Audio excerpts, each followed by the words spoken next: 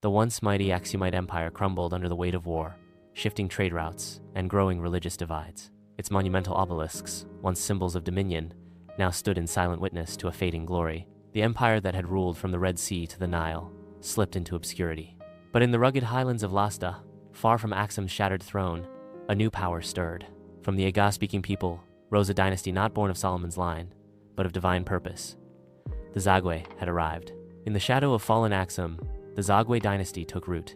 Founded by Mara Takla Haimanote warrior, reformer, perhaps saint, this new kingdom claimed authority not through ancestry, but through holiness. The Solomonic bloodline was rejected. The Zagwe would rule not by right of birth, but by visions, by monastic virtue, and by the blessing of the heavens. They inherited the mantle of Christian Ethiopia, but charted a path uniquely their own, rooted in faith, justice, and stone. Among these kings, one would rise above the rest. His name was Lalibela.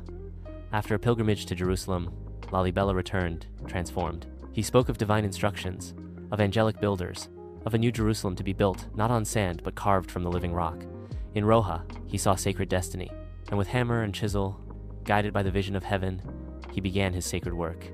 Beneath Lalibela's gaze, stone became sanctuary. 11 monolithic churches each, one hewn from the earth, not built above it.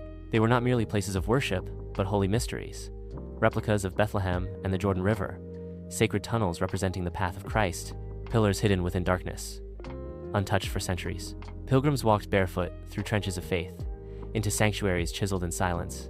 No mortar, no scaffolding, only the faith of a king and the hands of a people. But what lies beneath the visible? Beneath these sanctuaries are hidden crypts, narrow passages, and sealed chambers.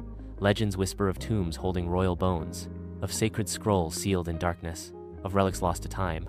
Some even claim the Ark of the Covenant rests within the shadows of Lalibela's stone labyrinth, yet no one knows for sure. The Zagwe guarded their secrets well. The Zagwe kings were more than rulers. They were monks in crowns, saints in thrones. They walked barefoot through palaces, fasted for days, prayed for hours. They governed with scripture, judged with psalms. Their vision for Ethiopia was not of conquest, but of communion. They made the kingdom into a monastery and the monastery into a nation. During their rule, Gies, the language of Aksum, flourished again. Scriptures were copied by candlelight. Icons were painted with sacred fire. Crosses were forged not only in gold, but in meaning. These were not just artifacts. They were prayers etched in color and stone. The Zagwe didn't seek glory through war. They found it in art, in faith, in language that touched the divine. But power rarely lasts forever. In the 13th century, a young prince emerged from Shewa Yekuno Amlak. Claiming Solomonic descent, he rallied the church and the nobles. With sword and scripture, he challenged the Zagwe. The last Zagwe king, Naakuto Lab, was betrayed, and the dynasty fell. The Solomonic line returned, and with it, a deliberate silence. The Zagwe were branded illegitimate, their names erased, their memory buried. Yet stone remembers what scrolls forget. Though the Zagwe were cast from the royal lineages, their work could not be undone. Pilgrims still walk through Lalibela's stone churches. Monks still chant in the tunnels. The Zagwe live on not in texts, but in every echo beneath the earth. They left no chronicles of conquest, no palaces of marble, but they left sacred silence, carved deep into volcanic stone.